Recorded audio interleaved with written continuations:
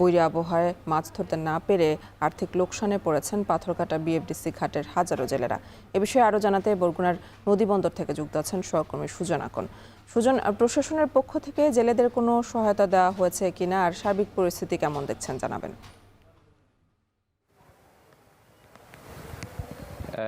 আসলে বরগুনা কিন্তু দেশের সর্বদক্ষিণের একটি জেলা এবং এই জেলায় প্রায় 1 লাখেরও ওপরে মানুষ এই জেলে পেশার সঙ্গে জড়িত।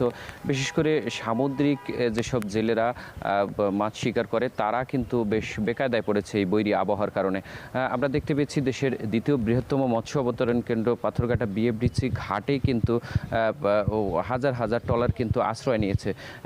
জেলা ট্রলার মালিক সমিতির পক্ষ থেকেও বলা হয়েছে যে এই বৈরী আবহাওয়ার কারণে কিন্তু তাদের শুরু থেকেই বলা হয়েছিল যে সমুদ্রে অবস্থান করা সব ধরনের ট্রলারগুলো যাতে উপকূলে ফিরে আসে। অর্থাৎ আমরা এর আগেও কিন্তু দেখতে পেয়েছি গত সপ্তাহ 8 থেকে 10 দিন আগেও কিন্তু বরগুনার তালতলির একটি ট্রলার কিন্তু ডুবে যায় 18 জন জেলে নিয়ে, এবং এখন পর্যন্ত 2 জন কিন্তু নিখোঁজ থাকার পরে একজনের মরদেহ উদ্ধার করলো, আরও একজন কিন্তু এখন পর্যন্ত নিখোঁজ রয়েছে। অর্থাৎ এই যে উপকূলে আতঙ্ক, এই যে বৈরী আবহাওয়া কিংবা ঝড় জলোচ্ছ্বাসের পরে এরপরে কিন্তু আমরা দেখতে পেয়েছি যে বেড়িবাঁধগুলো অরক্ষিত বেড়িবাঁধ রয়েছে। অর্থাৎ বরগুনায় কিন্তু 44 কিলোমিটার বেড়িবাঁধ ভাঙন কবলিত বেড়িবাঁধ রয়েছে এবং 14 কিলোমিটার বেড়িবাঁধ রয়েছে অতি ঝুঁকিপূর্ণ। অর্থাৎ এই ঝুঁকিপূর্ণ বেড়িবাঁধগুলো কিন্তু যে কোনো জোয়ারের চাপ কিংবা পানির চাপ বাড়লেই কিন্তু সেগুলো ভেঙে কিংবা লোকালয়ে প্রবেশ করে কিন্তু মানুষের জানমালের ব্যাপক ক্ষতি হওয়ার কিন্তু আশঙ্কা করছে। এবং স্থানীয়রাও কিন্তু অভিযোগ করেছে যে স্থায়ী বেড়িবাঁধ নির্মাণের কিন্তু তারা বারবারই দাবি করা হয়েছে এবং পানি উন্নয়ন বোর্ডের পক্ষ থেকেও কিন্তু বলা হয়েছে যে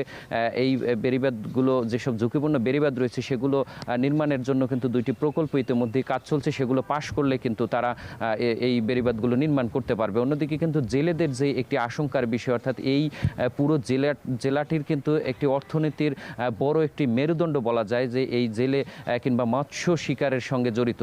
এটি কিন্তু এই ভরা মৌসুম চলছে, ইলিশের ভরা মৌসুম। আপনি জানেন যে এর আগেও কিন্তু গত 2 বছরে কিন্তু ইলিশের কিংবা সামুদ্রিক মাছের উৎপাদন কিন্তু অনেকটাই কমে গিয়েছে।